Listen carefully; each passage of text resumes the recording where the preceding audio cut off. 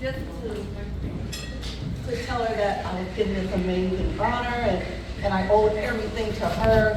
And so, oh, I can't make it. I said, well, that's okay. I don't expect you to come. You know, I was like, that's okay. I just wanted to tell you that I'm so grateful for taking a chance on me and just helping me in my career and helping me turn into the prosecutor that I am. And when David told me, you know, first I was going to go first because my wonderful mom is here and she's, you know, a spry 87. But, you know, he was mindful that it would be late, so we were going to go first. And then he said, well, your introductory person is delayed. And I thought it was Guillermo. So I figured Guillermo was me. And I was like, I'm through with him, really in my pants. And that wasn't, where is Guillermo here? Okay, I was talking about you bad. I take it all back. David said, Jackie Lacey, I just about fell out my chair. So for Jackie, for you to come out here tonight, I'm not an emotional chick, but I am so emotional, and I'm so thrilled that you're here. You know, I had notes, and they're over there. They're just like out the window now. This just caught me off guard. But if you're ever, I had the opportunity to learn from the best. I was part of Jackie's team during her entire first term, and I learned and I watched her evolve into the fantastic DA that we know she was. I watched how decisions are made. I watched how the deliberative process, I watched how decisions were made because they were in the best interest of the office, because they were guaranteed to increase morale. And I see how things should be done. I've also seen how things should not be done. And I learned it from Jackie. You know, I've always had great head deputies, but I had like the best boss. So, Jackie, thank you so much for coming. I know this is huge for you. You know, she lives kind of far. You know, I was complaining about my little commute, so my husband drove me. So it's just such a big deal for you to be here. But I also want to acknowledge the leadership of ABDA. You guys are heroes. Because everything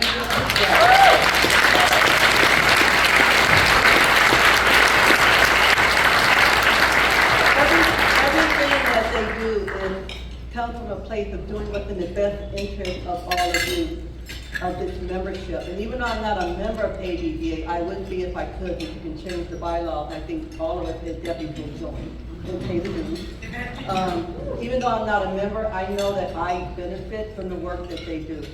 Because you start from thinking about what's legal and what's ethical and what's morally correct. And that's what we should all do. And as long as that is what guides us, you can't go wrong. I've enjoyed every day of being a DA. The best parts were those 5.5 years with Jackie. That was the best part. But as she mentioned, I'm currently the head deputy of Coppell. It was about 15, 16 years ago when I was in Jason. I would roll out to scene and I'd see those two dudes over there with the blue blaze or the blue jackets on that Coppell's in the back. And I would see them and wonder, you know, who are they? And then I learned about the mission of Coppell. And I knew that after, oh, yeah, hi, it's so great to see you here, okay. So then I learned about the mission of Coppell and realized that after I finished in Jason, I wanted to be part of Coppell, so it went onto my preference list. My career path didn't go that way. I ended up going into management, so I didn't go into Coppell 16 or 15 years ago when I first thought that was a natural progression for me. In my mind, that's where I was going. I don't know what they thought. But I ended up going into management. And then from there,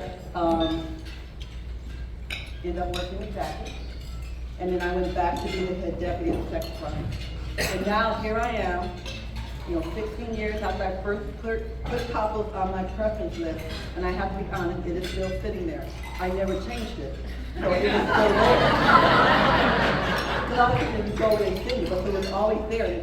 To this day, it is still there.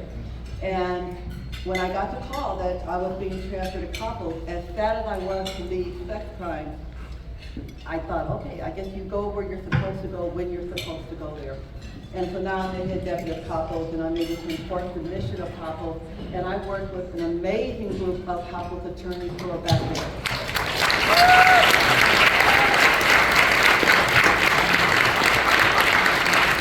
They really are phenomenal. So what I don't know, they can teach me. And learn from your colleagues. Your colleagues are amazing. And I know there are so many other DAs who could be standing here with me, but if you were, you wouldn't have Jackie introduce me. So it's probably best. So, just a thought. But again, thank you all very much. Thank you, Jackie. I do want to say one last thing. When I was in sex crimes, it was a tough year. When BIP was dissolved, it affected sex crimes and family violence in the branches a lot. And we all know that. But I could not have navigated that huge change without Guillermo, Rachel, Wilma, and Brad. They were my assistant head deputies in my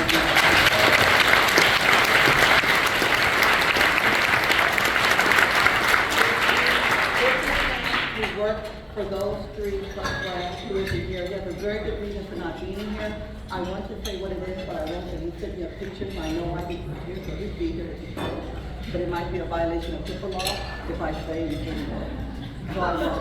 But if you're lucky enough to work with any of them, count yourself blessed, because they're the smartest group. They've made personal sacrifices. You know, they're sitting there, the great trifecta right there.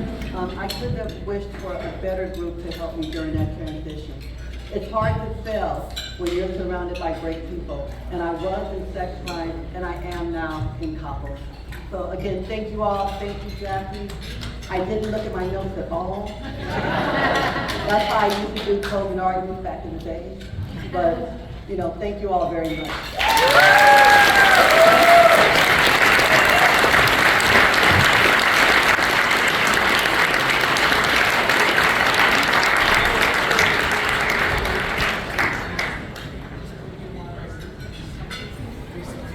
And everybody, if everybody can stand just very briefly, please.